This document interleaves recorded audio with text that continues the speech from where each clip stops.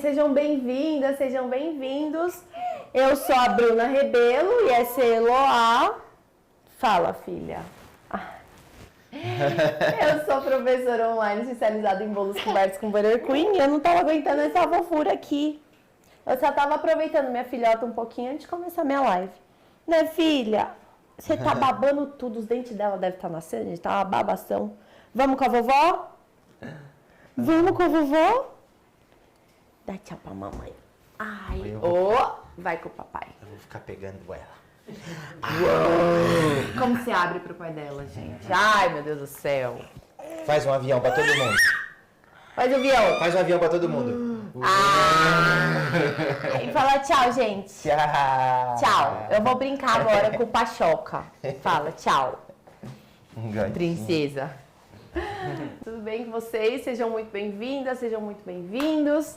Hoje a gente vai falar de ingredientes, que para mim, liberdade na confeitaria está extremamente ligada aos nossos ingredientes. Eu espero vocês hoje, principalmente com um caderninho na mão, anotando tudo que eu vou falar, porque eu tenho bastante informação para passar para vocês. Eu acredito muito que se a gente sabe a função de cada ingrediente na confeitaria, a gente é muito mais livre. E é isso. Gente, então eu dei o nome dessa live de liberdade através dos ingredientes. Hoje eu vou falar basicamente de 2 ou 3, mas vamos falar aí primeiro da nossa farinha de trigo, a nossa rainha amora aí para fazer nossos bolinhos, gente. Quando a gente fala de farinha de trigo, a gente tem 2 componentes na farinha que são muito importantes para a composição da massa do nosso bolo, que é o amido e o glúten.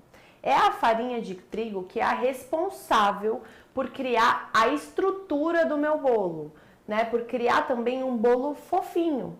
É ela que está responsável por isso. Quando a gente fala de farinhas, a gente tem 1 milhão de farinha no mercado. A gente tem a farinha de trigo, a gente tem farinha de centeio, a gente tem farinha de milho, a gente tem farinha de oleaginosas. Temos aí, gente, um mundo de farinha de trigo, a farinha de arroz.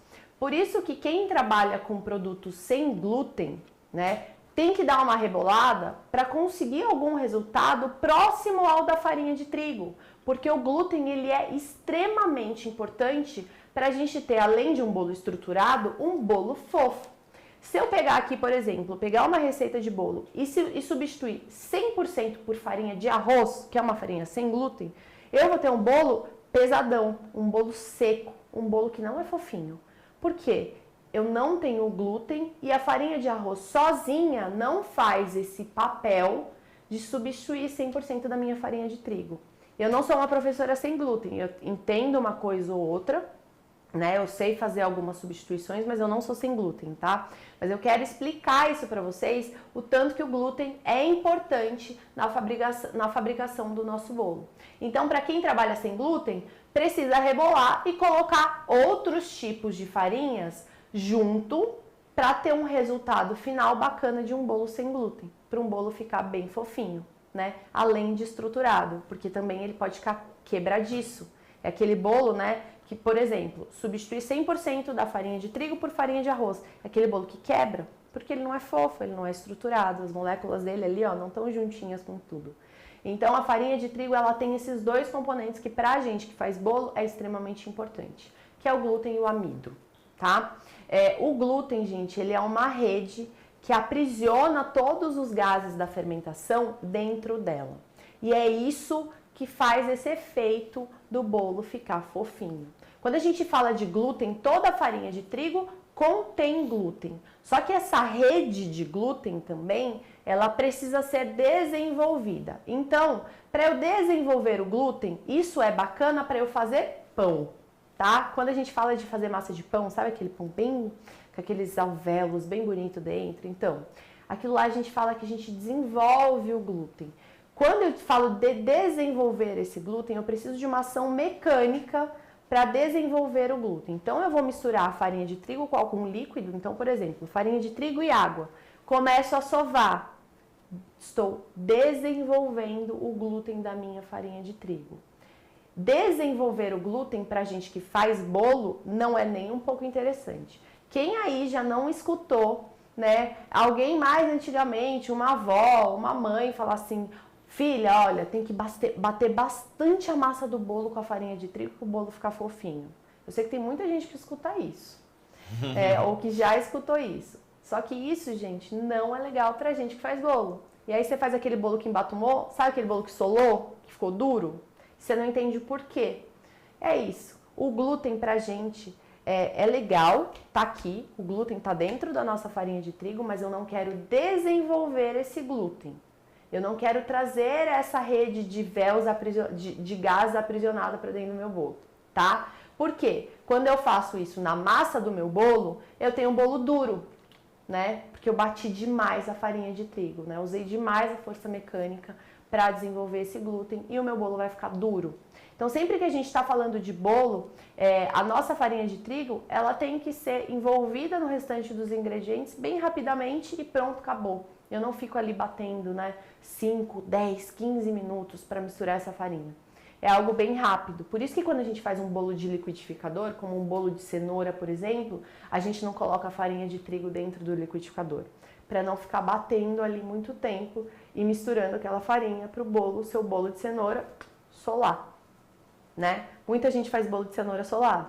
Por isso, colocou a farinha de trigo lá dentro do liquidificador. Não só por isso, né? Às vezes você tem algum ingrediente que não está bem calculado.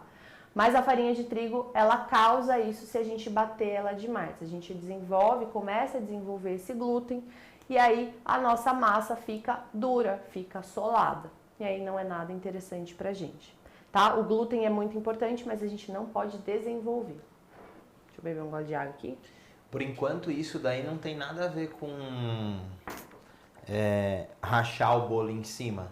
Não, ainda não chegamos lá, não tem nada a ver. Na verdade, o rachar o bolo em cima, gente, não é, às vezes, uma interferência só da farinha de trigo, né? Você pode bater demais a farinha de trigo, desenvolver glúten, esse bolo rachar, mas o rachar em cima, às vezes, é mais uma questão de temperatura de forno, da sua receita. Tem muita receita, por exemplo, tem receita líquida, receita que é muito mais líquida, normalmente racha em cima. Faz um vulcãozinho em cima. Não são todas as receitas de bolo que ficam aquele bolo retinho. Tem receita que não tem jeito, a proporção dela faz isso acontecer, faz essa rachadurinha em cima.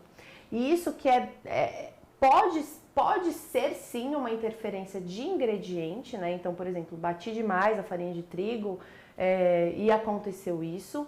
Mas também ela pode ser uma interferência de uma massa líquida, de um forno muito quente. Então a gente tem algumas interferências para isso acontecer. Às vezes nunca é só um fato isolado, tá? Então, gente, outra coisa. Quando eu falo aqui de farinha de trigo, aqui no Brasil, a gente só tem farinha de trigo, as mais comuns, farinha de trigo integral, farinha de trigo tipo 1, farinha de trigo tipo 2. Quando a gente sai do Brasil, a gente já tem outras nomenclaturas. A gente já começa com a farinha 000123. Quanto maior o número, mais forte é a farinha. Mais proteína tem na farinha de trigo, mais glúten ela tem. Uma farinha de trigo forte, pesada em glúten, pra gente que faz bolo, não é interessante. Porque eu quero uma farinha o mais leve possível para deixar o meu bolo fofinho.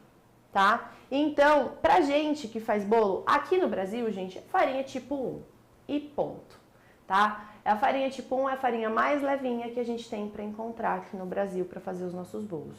Ai, Bruna, olha, eu encontrei uma farinha 00, posso testar? Pode. Falam, né? Falam não, né? A farinha 00 é uma farinha mais levinha, então ela pode trazer um resultado mais legal do seu bolo. Bruna, aqui onde eu moro só tem uma farinha bem pesada e tal, o que eu faço? Né? Como que eu trabalho com a farinha pesada demais? Né? Então aqui eu só acho a farinha número 3, vamos supor, tá? Só acho a farinha número 3. Você pode trocar a sua farinha de trigo em até 1/3 por amido de milho. O amido de milho vai ser responsável para trazer essa leveza para a sua farinha de trigo. Se você já tem uma farinha leve demais, não é tão interessante você fazer essa troca. Claro que a gente sempre pode colocar aí 20 gramas, 30 gramas de troca para amido de milho. O amido de milho ele é uma farinha muito legal porque ela traz essa suavidade, essa fofurice para a massa do nosso bolo. Então é legal fazer sim essa troca, tá? Então se você achar interessante, tá achando o seu bolo firme demais, duro demais, faz essa troquinha por amido de milho. Você vai ver que você vai ter uma troca bem interessante. Você pode trocar em até 1/3, tá? 1/3 da sua receita total. 1/3 de 600 gramas, 200 gramas, certo? Então, meu bolo pede 300 gramas de farinha de trigo. Vou tirar 100 gramas de farinha, vou colocar 100 gramas de amido de milho. Isso caso você sinta que a sua farinha é pesada demais, que a sua farinha não está desenvolvendo bem. Mas, gente, a farinha de trigo aqui no Brasil, tipo 1, ela serve muito bem para o nosso bolinho, tá? E aí, o que vai trazer para você diferença é a marca. Tem marca que tem uma farinha mais branquinha, uma farinha mais soltinha. E aí, isso você vai escolher por aí, tá bom? Manda. Farinha com fermento e sem fermento, qual que você tem a dizer? Gente, farinha com fermento é farinha... Ó, eu vou falar uma coisa, não se ofendam, tá? Mas farinha com fermento é farinha de preguiçoso. Quando a gente sabe fazer bolo, a gente não precisa da farinha com fermento, porque a gente sabe quanto que a gente vai colocar de fermento no nosso bolo. A farinha com fermento é farinha de preguiçoso, né? Ah, eu não sei fazer bolo direito, vou lá, vou usar, vou fazer minha receita e pronto, acabou. Só que a farinha com fermento, ela tem a porcentagem de fermento lá calculada que tem lá dentro. Você não sabe. Então, se você está fazendo uma outra receita de bolo, por exemplo, uma receita de bolo que pede 12 gramas de fermento, como que você vai fazer com a farinha de trigo que tem fermento? Você não sabe quanto que você vai calcular depois. Então, a gente não precisa desse artifício. Se a gente sabe fazer bolo, a gente não precisa da farinha com fermento. A gente compra a farinha sem fermento e calcula e mede o fermento que você vai colocar lá dentro. Mesmo porque tem massas que a gente usa um pouquinho de fermentos, um pouquinho de bicarbonato de sódio. Quando a gente faz bolo, a gente faz toda uma química por trás dele. Então, a farinha com fermento nada mais é que uma farinha de preguiçoso para fazer bolo. E ponto, acabou. E cada receita tem... E cada receita né? tem lá o ingrediente calculado certinho para ela. Então, a gente não precisa da farinha com fermento. A gente sabe fazer bolo aqui. Então, a gente vai calcular o fermento que a gente precisa. Show. Beleza. De manhã eu tenho muito mais sede, gente. Peraí, tá? Caramba, você tá chique agora, né? Você tá na garrafinha de água colocando na caneca, nem tá bebendo Ah, nada. é porque a minha caneca, ela é da Butter Queen. Entendi. E aí, né, ela é mais bonita e tal. Entendi. Bom, nesse ponto relacionado à farinha, quando você tá fazendo bolo e tal, você sempre peneira a farinha ou não peneira a farinha? Gente, a gente peneira a farinha caso essa farinha tiver, por exemplo, vou falar de uma farinha de péssima qualidade. Vai que, sei lá, essa farinha de péssima qualidade tem uma pedrinha ali no meio. Aí eu vou peneirar para ver isso. Mas farinhas de boa qualidade que a gente trabalha, né, as que eu conheço, eu nunca vi pedrinha, nunca vi nada, são ótimas farinhas. Elas já são levinhas, elas já estão soltas pra gente fazer o bolo. E aí é aquilo que eu sempre falo pra vocês, a minha cozinha é o meu laboratório. Eu sempre fiz assim, tá? Eu peneiro e eu não peneiro, e eu vejo o resultado final. Pra mim, o resultado final foi exatamente o mesmo. Então, se a minha farinha é de qualidade, não tem nenhuma pedrinha, não tem nada ali no meio, eu não preciso peneirar. Mas isso eu fiz, eu identifiquei testando na minha cozinha. Então, a farinha sem peneirar e a farinha peneirada deu exatamente o mesmo resultado do bolo pra mim. Tá? Então, mesma coisa. Então, eu não peneiro porque... Mas existe algum ponto negativo se eu peneirar ou não faz mal? Nenhum. O único ponto negativo é que você vai perder um pouco mais de tempo e vai sujar mais um utensílio. Mas não faz mal algum. Então pode peneirar geral, às vezes por segurança, vai. Se você quiser peneirar, manda ver na peneira. Mais alguma dúvida? É porque tinha um mito, não sei se é mito ou não, rolando, falar, peneira a farinha que o bolo vai ficar mais fofinho. Então, gente, mas o bolo fofinho são outras características, tá? Que a gente precisa para ter um bolo fofinho. Não só peneirar a farinha. Essa questão de não bater o bolo muito tempo com a farinha de trigo é muito mais importante para você ter um bolo fofinho. Ó, a Natasha Guimarães, ela comentou aqui, ó. Antes da faculdade do Beabá 5.0, eu era preguiçosa. Tudo bem, eu te perdoo. Não tem problema, né? Faz Não parte. tem problema. E aí, gente, quando a gente fala de farinha de trigo, né, é bom vocês saberem, é legal a gente ter assim, ó, muito, muito fixo na nossa cabeça o porquê que ela me traz esse resultado. Porque ela tem o glúten. Então, não é simplesmente eu pegar qualquer outra farinha e substituir por igual a farinha de trigo.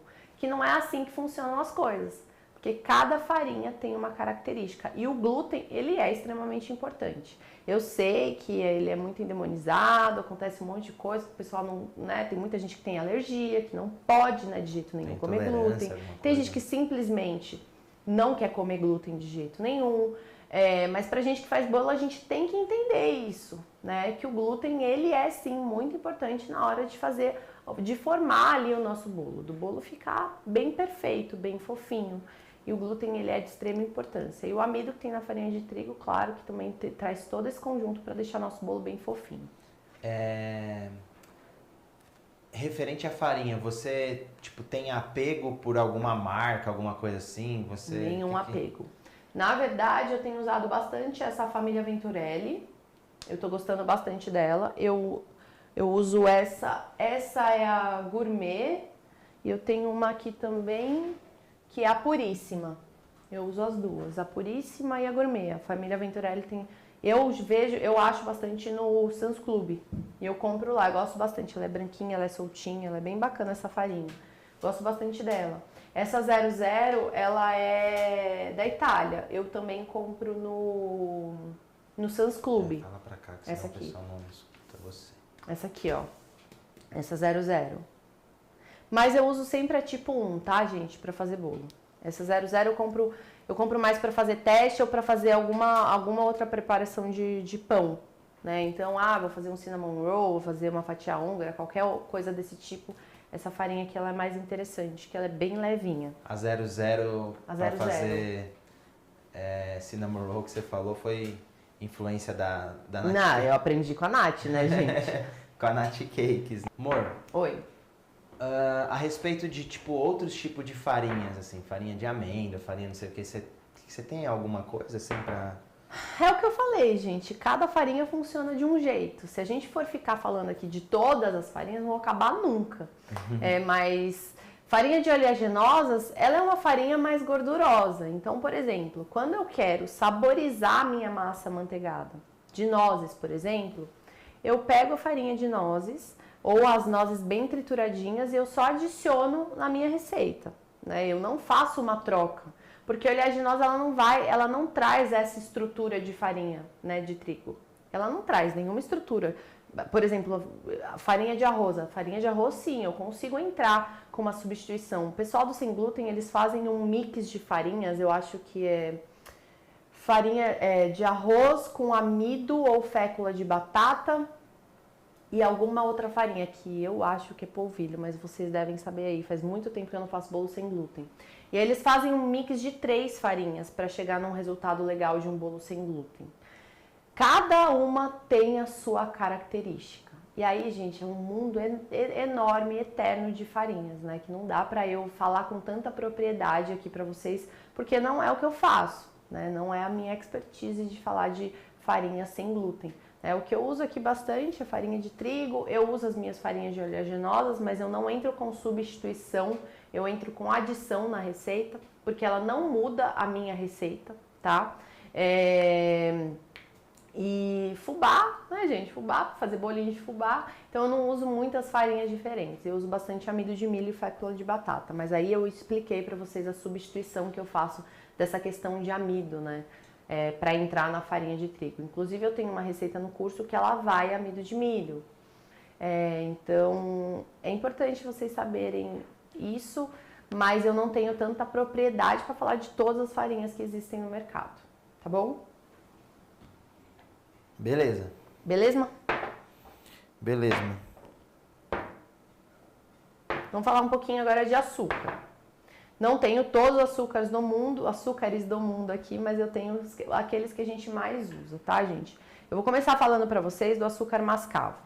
O açúcar mascavo é o açúcar purinho tirado da cana-de-açúcar, né? Ele é um açúcar que vai depender do processo que foi feito com ele para a cor dele. Então ele vai de um caramelo até um marrom bem escuro e ele tem essa característica de ter o cheiro bem forte e o sabor bem característico de melado de cana, porque ele é o açúcar extraído ali da cana-de-açúcar.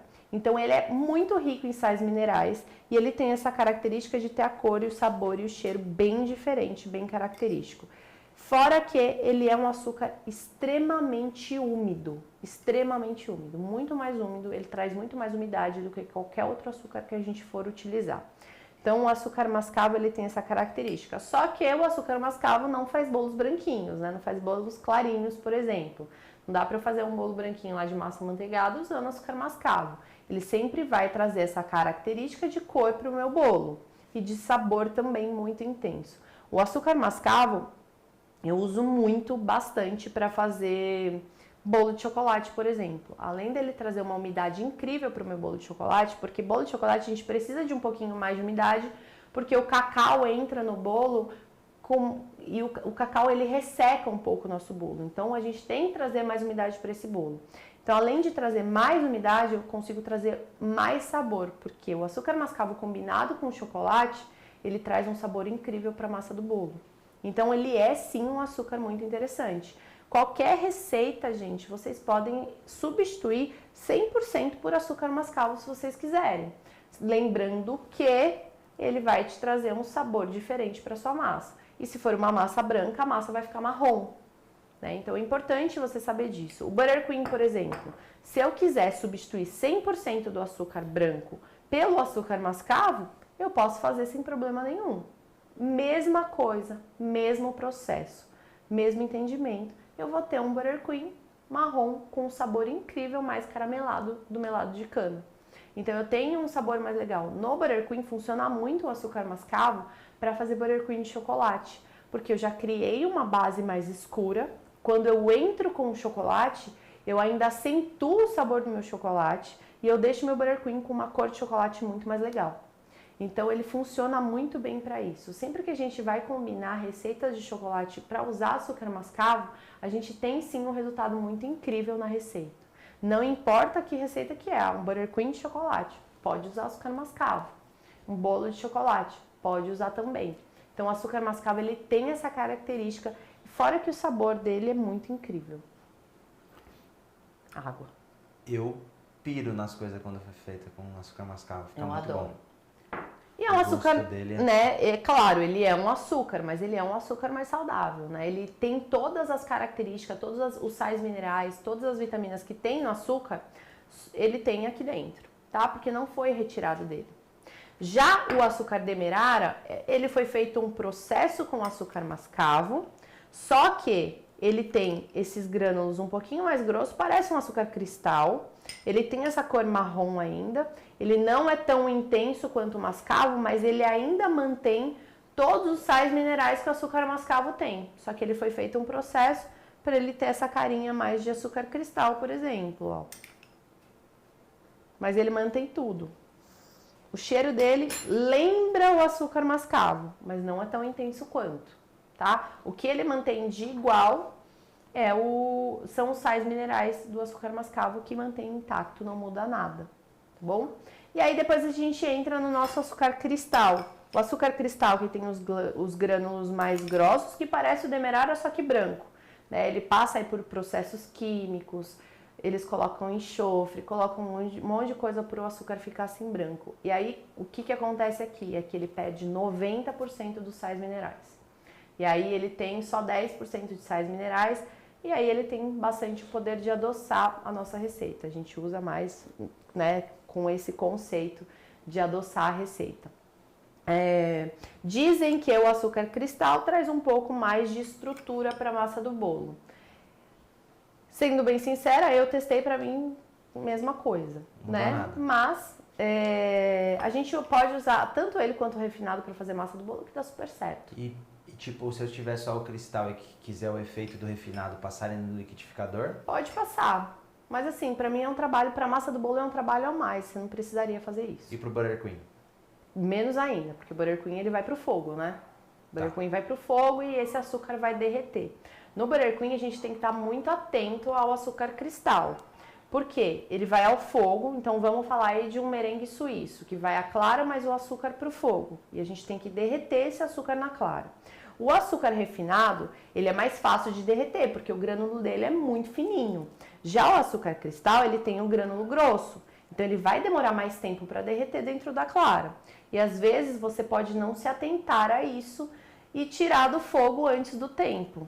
E aí você vai bater o Buttercream vai estar cheio de carocinho de açúcar, vai ficar feio, não vai ficar liso. Então é esse cuidado especial que você tem que ter com o açúcar cristal. Às vezes até tomar um cuidado maior para não passar do ponto da clara, né? Não cozinhar demais essas claras. Beleza. E aí a gente tem o nosso açúcar cristal.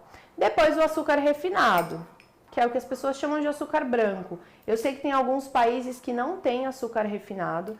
O açúcar refinado, ele é açúcar assim, passou por todos os processos químicos imagináveis que vocês podem imaginar. E aqui, o que se mantém é só o poder de adoçar a sua receita. Só isso. A gente não tem mais sais minerais, a gente não tem vitamina, a gente não tem mais nada, tá? Ele só é açúcar. E ele é bem fininho. E o interessante dele é que a gente consegue, por exemplo, numa massa amanteigada, a gente consegue concentrar mais ar ali na nossa manteiga na hora que a gente está fazendo a cremagem, porque ele é um açúcar fininho e ele se engloba ali com a manteiga, juntando mais ar ali na nossa receita, fazendo uma cremagem mais perfeita do que o açúcar cristal, por exemplo, que não se derrete, né? Ele não se mistura muito bem com a manteiga, porque o grânulo dele não se dissolve. Algum açúcar cristal, né? Por exemplo, esse cristal que eu estou usando é aquele, não é o cristal normal, é o do açúcar da União. Ele tem um grânulo mais grosso ainda. Ele é maravilhoso para fazer calda, para fazer caramelo. Ele é sensacional, ele fica muito melhor do que o refinado, né? Ele fica muito mais bacana. Só que para fazer bolo, por exemplo, quando eu faço a cremagem dele com a manteiga, não fica tão bacana, e quando eu asso o bolo fica cheio de pintinha de açúcar em cima, na crosta, porque ele não se derreteu por completo. Então cuidado com o açúcar cristal que você está comprando. Tem alguns açúcares que são mais difíceis de dissolver, tá? E aí...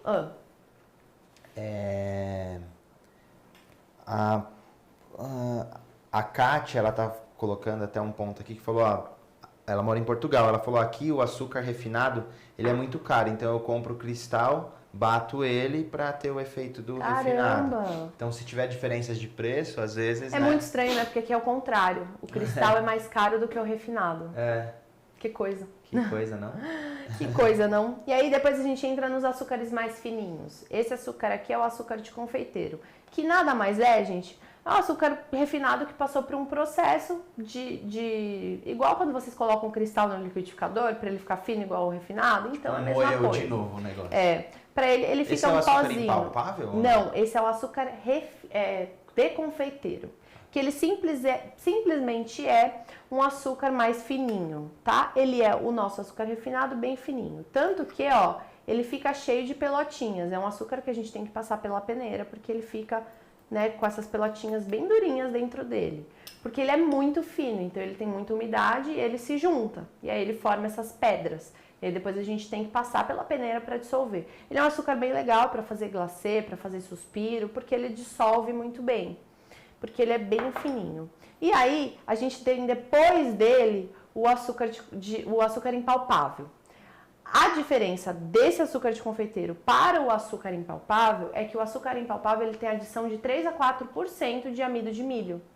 Esse amido de milho, ele traz aquela questão de não deixar criar pelotas no açúcar, né? Porque ele rouba essa umidade e o açúcar fica todo soltinho lá dentro do saquinho e não cria pelota.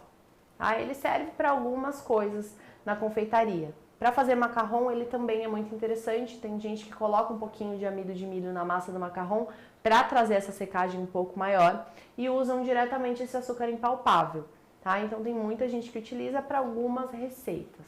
E depois, gente, do impalpável, a gente tem o açúcar gelado. O açúcar gelado, ele parece o açúcar impalpável, só que ele tem uma cacetada de produto químico dentro dele para ele não derreter. Então, é aquele açúcar que a gente vai jogar em cima do doce. Então, por exemplo, vou fazer um naked cake com frutas vermelhas, com morango em cima. E aí eu quero aquele efeito de açúcar em cima do bolo.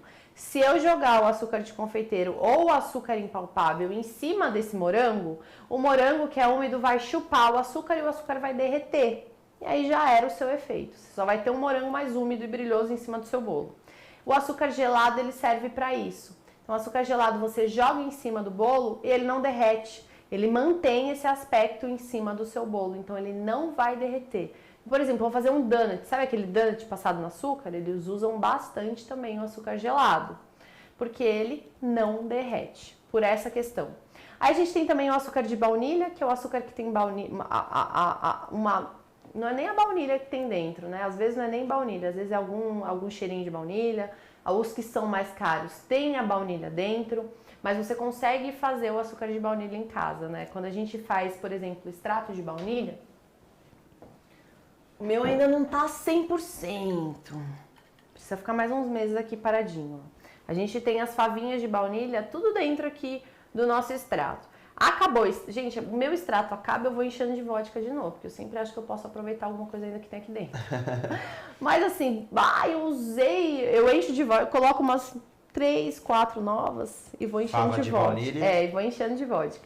Mas assim, se a sua baunilha já deu tudo que tinha que dar, você pode pegar a casquinha dela e a gente vai levar ao forno, a gente vai secar, depois a gente vai triturar essa baunilha junto com açúcar.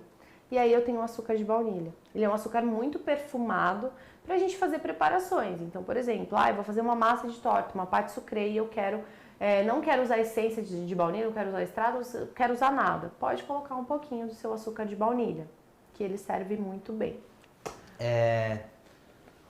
Bom, tem açúcar pra caramba, né? Um monte de Tem gente falando, muito nem açúcar. sabia que tinha tudo isso de açúcar. Não, tem até mais, gente, só que açúcares que a gente não usa, né? Açúcar invertido é aquele açúcar líquido que também passou por muito processo químico para virar daquele jeito. Ele é um açúcar muito utilizado para fazer bala, para fazer biscoito, porque ele deixa uma estrutura muito macia, né? Então tem muito tipo de açúcar no mercado.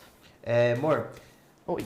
Várias pessoas aqui, ó, pessoal de Pernambuco, de Brasília e tal, tem outros estados também que eu esqueci, mas falou que o refinado é mais caro do que o cristal. Caraca, só aqui em São Paulo não é, então. A gente precisa fazer uma Não, pesquisa não é. nos mercados pra ver. Não é, te juro. Não é possível que eu tô ficando louca. Peraí, gente, eu vou ver isso agora.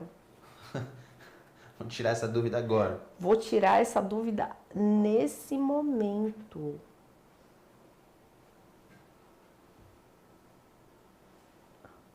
Um açúcar. Parará.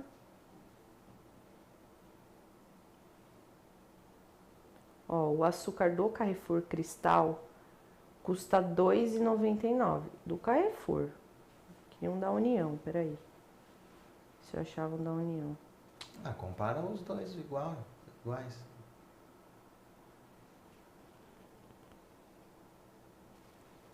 Ó, Mato Grosso do Sul também, o refinado é mais caro.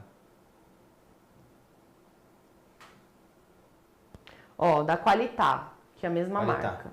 O refinado, R$ 2,65 e o Cristal, R$ 2,84. Não é uma baita diferença, mas é um pouco mais caro.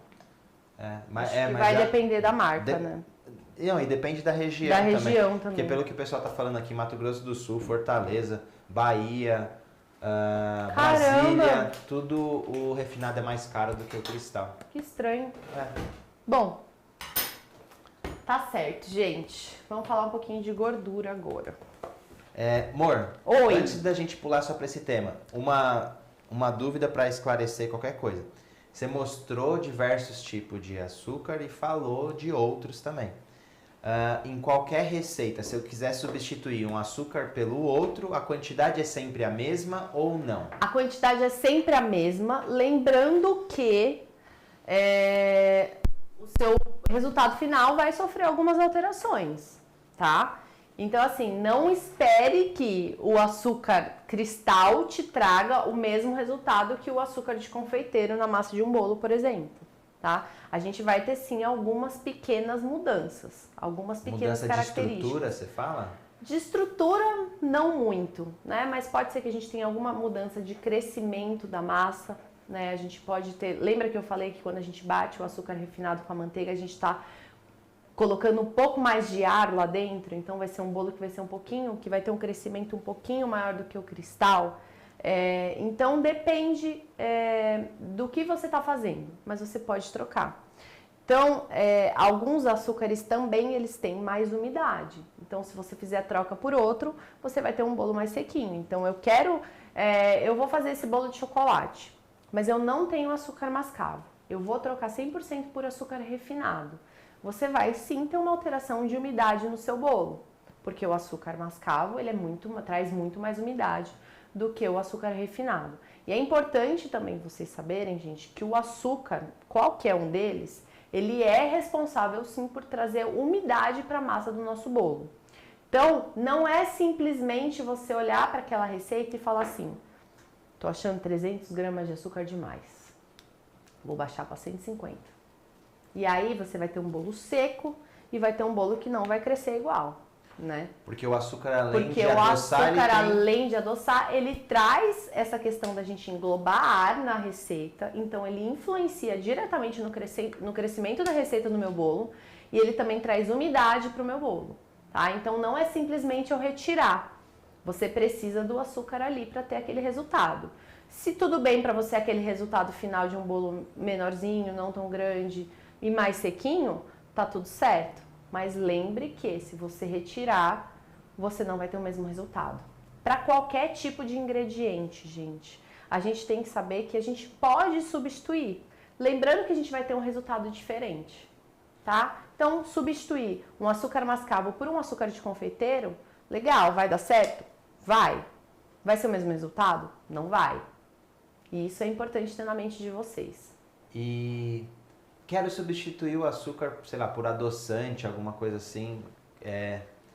A única substituição que eu faço de adoçante é por xilitol, tá? É o único adoçante que eu trabalho, que eu conheço. Esses adoçantes de forno e fogão e tal, eu nunca mexi, então não sei. Mas o xilitol a gente faz 100% também. De substituição. De substituição. Então, 300 gramas de açúcar, 300 gramas de xilitol. Tem que tomar cuidado com o xilitol, gente, avisar o cliente, né? Porque eu conheço pessoas que comem um bolo inteiro sozinhas, assim. Então tem que avisar o cliente, olha, se o cliente pedir um bolo sem açúcar que é feito com xilitol e ele quiser comer esse bolo inteiro, ele pode ter uma grande dor de barriga. Então é importante, por isso que vocês já foram em sorveteria que tem açaí? E aí você quer comer, a gente já foi em algumas. Ah, eu quero açaí zero. Aí a pessoa olha pra você e fala assim, o açaí zero só são 300 gramas. Aí você fala, não, mas eu quero... Eu não sei se ou menos, sei lá quanto que é. Aí a pessoa fala assim, aí você fala assim, não, mas eu quero mais. Não pode. Porque o xilitol que tem, ou eritritol que tem na receita do açaí, pode dar dor de barriga. E aí eles não vendem. Então é importante deixar isso claro pro cliente, tá? Que você pode comer até tanto do bolo pra não ter um piriri ali e achar que a culpa é sua. Por isso que a gente precisa entender os ingredientes, viu, gente? Show, beleza. Então passamos primeiro por farinha, agora açúcar, e agora vamos falar um pouquinho de gordura. Gordura, eu tenho até uma margarina aqui, gente, que inclusive tá acabando. Vão falar, nossa, tem margarina na casa da Bruna e tem quase nada, gente. As meninas que trabalham aqui, elas só comem margarina, por mais que eu tente.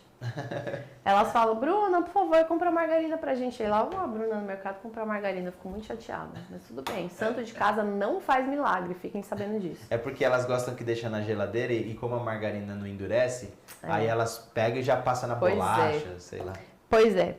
Então, gente, vou falar aqui de 3 gorduras que a gente tem: óleo vegetal, margarina, manteiga, para vocês entenderem um pouquinho a diferença entre cada um deles, tá? Quando a gente fala de óleo vegetal, é o nosso óleo em estado líquido. É o óleo que eu vou colocar na geladeira e ele não vai endurecer, tá bom? Ele já está em estado líquido.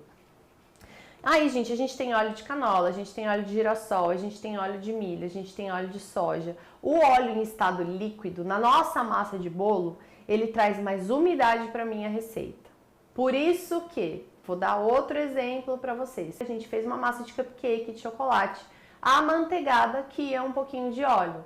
Eu queria uma massa de chocolate extremamente úmida e saborosa, porque a massa do cupcake a gente não rega com calda, né? A gente simplesmente recheia e ele precisa ser extremamente úmido e saboroso, porque o cliente está comendo a massinha de um bolo. Então, por isso que eu usei um pouquinho de óleo junto com a manteiga. Quando a gente faz essa mistura, a gente tem um agradável resultado. Mas também, por exemplo, um bolo de cenoura, que é um bolo extremamente úmido, só vai óleo vegetal. Então, quando a gente fala de óleo vegetal, a gente tem sim essa característica de trazer mais umidade para a nossa receita. Então, é o óleo que já está em estado líquido e que ele funciona muito bem para trazer essa umidade para minha receita, tá? Depois eu tenho a margarina e a manteiga. Já já eu falo do óleo de novo. Margarina e a manteiga. Quais são as principais diferenças? A margarina, gente, ela é feita com gordura vegetal, ou seja, uma gordura que foi desenvolvida, né, pela indústria aqui para colocar aqui dentro, uma gordura vegetal, com óleos vegetais. E a manteiga, ela é uma gordura 100% animal. Então, tirou o leitinho da vaca, fez a gordura, tirou a gordura, fez manteiga. Então, isso daqui é 100% a gordura da vaquinha. Então, fez o creme de leite fresco lá, bateu o creme de leite fresco, virou manteiga. Tirou a parte líquida, né, que é o leitelho, que é aquela parte ácida do leite, e o que é gordura sobrou e virou manteiga. E essa gordura animal, gente, ela é dura quando gelada. Por isso que quando a manteiga está na geladeira, você não consegue passar a manteiga no pão, porque ela está dura. Então, ela tem sim essa característica. Por ser uma gordura animal, quando você coloca a manteiga na boca, ela derrete por completo, porque o ponto de fusão da manteiga de gordura animal é de 34 graus. Então, o nosso corpo, né, dentro da nossa boca, ele é bem quentinho para dissolver essa manteiga. Então, ele dissolve a manteiga muito bem. Então, por isso que quando a gente come um pão com manteiga em cima, ou um bolo de massa amanteigada, ou um butter queen, a gente coloca na boca e isso é dissolvido na nossa boca, porque o ponto de fusão da manteiga é de 34 graus, que combina com o nosso corpo que está bem quente. Então, ele, derrete ali por completo, tá? Então, essa é a característica da manteiga. Ela é bem dura quando gelada e ela tem esse ponto de fusão de quando a gente consegue colocar na boca dela derreter por completo, de ser muito agradável, né, para as nossas papilas gustativas. Que top isso que você falou, hein, amor? Já a margarina, ela é uma manteiga com gordura vegetal e o ponto de fusão dela é bem mais alto. Vocês vão saber, eu já falei isso numa live, me deu um branco, mas o ponto de fusão dela é 40 e tantos graus, acho que 45, alguma coisa assim. E cara, a nossa boca não chega a 45 graus, não sei se você esteja morrendo de febre, imagina, né? Então você tá, coitado, morrendo, o troço derretendo na sua boca. Então por isso que quando a gente come... Ai, meu Deus do céu, aí já vem falar, a Bruna odeia a margarina. Não é isso, só estou explicando a diferença, tá? Por isso que quando a gente coloca a margarina na boca, ela não dissolve igual a manteiga, porque o ponto de fusão dela é mais alto. Mas, gente, quando a gente fala... Eu vi aqui, pode ser de 54 a 65 graus, ou dependendo, tem um negócio que eles chamam de saturados, pode ser de 42 graus. Isso. Mas é alto de qualquer forma. Mas é alto de qualquer forma. Então, por isso que a gente tem essa diferença da margarina. Outra coisa da margarina, vocês viram que eu acabei de tirar da geladeira, ela não endurece. Ela é sempre molinha, né? Então, ela não tem essa característica da manteiga de ficar durinha quando gelada. Então, nós temos sim muita diferença quando a gente faz a substituição de uma pela outra. Isso não quer dizer que você não possa substituir a manteiga por margarina e a margarina por manteiga. O que foi, amor? Tem um comentário falando assim, ó. Se apaixone por alguém que fale de você como a Bru fala da manteiga. Eu amo manteiga, gente. Vou fazer o quê? Então, isso que eu disse, né, é para vocês entenderem a diferença de um produto para o outro. Para vocês entenderem a substituição. Não estou dizendo que não pode substituir uma pela outra. Pode. Só que vocês têm que ter em mente que o resultado vai ser diferente, tá? A margarina, ela vai te dar até um bolo bem fofinho, porque ela é mais macia, ela tem gordura vegetal, lembra que eu falei do óleo vegetal, da gordura vegetal? Dele trazer mais umidade, então ela pode trazer até um pouco mais de umidade para sua receita. Só que também ela vai perder no sabor e na estrutura que a manteiga traz. Então cada um tem o seu benefício, né? Não tô falando que a margarina a gente tem que pegar e jogar no lixo e nunca mais olhar. Ela tem sim os seus benefícios, ela serve sim para fazer a massa do nosso bolo. Só que vocês precisam entender a principal diferença entre um produto e outro, para vocês saberem como substituir, porque não é assim simplesmente achando que você vai ter o mesmo resultado. Então você pode substituir um pelo outro. Vai ficar estruturado e saboroso quanto a manteiga? Não vai. Vai ficar tão úmido quanto a margarina? Não vai, né? Então são coisas que a gente trabalha dentro da massa do nosso bolo para trazer essa característica. Por isso que tem massa que a gente usa manteiga e traz um pouquinho do óleo vegetal junto, para a gente ter esse benefício de trazer um pouquinho mais de umidade, né? Então, por isso que é importante vocês entenderem os ingredientes. No Butter Queen, por exemplo, o Butter Queen, gente, ele é um creme de manteiga. Vai muita manteiga nele, tá? Vai bastante manteiga. Ai, Bruna, mas é horrível, só tem gosto de manteiga. Não tem. Se você acha ruim é porque você não fez direito ainda, tá? E a manteiga, ela tem essa característica de endurecer quando gelada e de ser saborosa e de ter o ponto de fusão na nossa boca de derreter por completo. Se você substituir a manteiga do Butter Queen por margarina, a primeira coisa que vai acontecer é que o seu creme não vai endurecer. Ele não vai ficar duro porque, ó, manteiga é dura quando gelada e a margarina não. Então, a primeira característica dele é que quando você colocar esse creme na geladeira, ele não vai ficar duro. E o principal benefício do Butter Queen é que ele fica duro quando gelado. É isso que possibilita a gente fazer infinitas decorações. E aí, eu substituí por margarina. Não vai ficar igual. Fora que isso é muito importante para vocês fazerem, tá, gente? Eu vou abrir uma manteiga, eu vou abrir uma margarina na minha casa sozinha, porque isso não é tão educado, e eu vou cheirar. Vocês vão perceber o cheiro completamente diferente. Se vocês estiverem usando uma manteiga de qualidade, porque tem manteiga que tem cheiro de chulé, pelo amor de Deus, não vão cheirar a manteiga Teixeira e falar que a margarina é mais cheirosa, tá bom? Vamos comprar uma manteiga boa, de qualidade, por favor. Manteiga boa de qualidade, gente, a primeira coisa que tem que estar descrito nela é aqui nos ingredientes, ó. Nos ingredientes está descrito creme de leite. Ou vai estar escrito creme de leite, ou creme de leite pasteurizado, ou creme pasteurizado. Mas para uma manteiga ser de muita qualidade, a única coisa que tem que ter nela é creme de leite. Somente. Bruna, aqui no meu país, aqui na minha cidade, aqui onde for, eu só acho manteiga que tem fermento lácteo.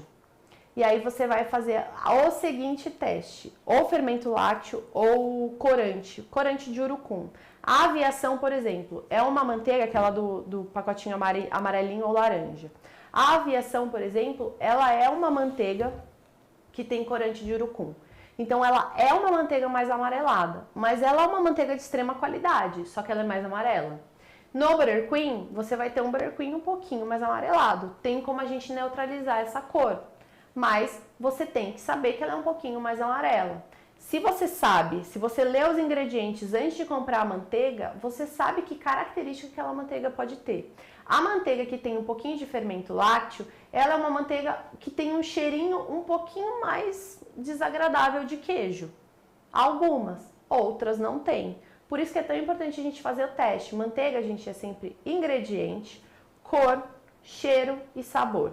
Você tem que seguir essas 4 etapas. Bruna, mas você gosta muito da Itambé. Eu gosto muito da Itambé. Itambé é muito fácil de achar aqui pra mim. Eu sei que tem muita região que é fácil de achar, mas eu também sei que tem região que é difícil de achar. Então, vocês precisam saber como escolher uma boa manteiga. Então, a manteiga, gente, primeiro eu vou ver o ingrediente, depois eu vou ver a cor. Porque se ela for amarelona demais, talvez o seu Butter Queen vai ser amarelo demais. Se só tem essa opção para você, vamos usar, mas vamos entender como funciona o Butter Queen para eu neutralizar essa cor. Depois eu vou sentir o cheiro. Se tiver cheiro de chulé, você corre da manteiga, porque o seu Butter Queen vai ter 100% de cheiro de chulé. E se tem cheiro de chulé, vai ter gosto de chulé. E aí pior ainda, imagina você colocar um pé sujo dentro da boca. Deus que me livre. Então, a gente precisa saber disso, a gente precisa entender esses detalhes antes de comprar um produto que eu vou utilizar. Agora você vai me perguntar, Bruna, manteiga com ou sem sal? Eu só uso sem sal. Mas, por exemplo, para massa de bolo, com sal funciona super bem, não tem problema nenhum. Para o Butter Queen, eu vou falar para você testar, para você entender como que vai funcionar o sabor para você, tá? Eu já fiz, Bruna, particularmente não acho o sabor tão agradável. Mas fica a dica que nós somos livres dentro da cozinha. Essa live, principalmente, né, a gente deu o nome de chamar Liberdade através dos ingredientes. Então você é livre, você testa, você vê se é bom pra você ou não. Tipo, não é uma obrigação, por exemplo, numa receita, se tiver manteiga e óleo, se eu não quiser usar o óleo, a quantidade de óleo eu coloco de manteiga? Sim, aí você precisa substituir essa gordura, não é simplesmente você tirar, tá? Por exemplo, esses dias eu queria comer um bolo de cenoura, mas eu não tinha óleo, eu só tinha manteiga. O que que eu fiz? Eu derreti a minha manteiga e eu coloquei ela 100% no lugar do óleo. Ficou gostoso o meu bolo? Ficou. Ficou igualzinho ao com óleo? Não ficou, por conta das características que eu já falei pra você de cada gordura. Então, assim, você quer substituir um pelo outro? Você pode, né? Mas você tem que entender que cada gordura vai agir de um jeito diferente na massa do seu bolo. Outra pergunta.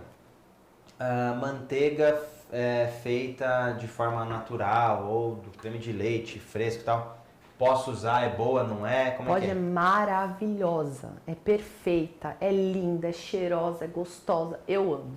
Manda ver. Beijo, pessoal. Tchau, gente.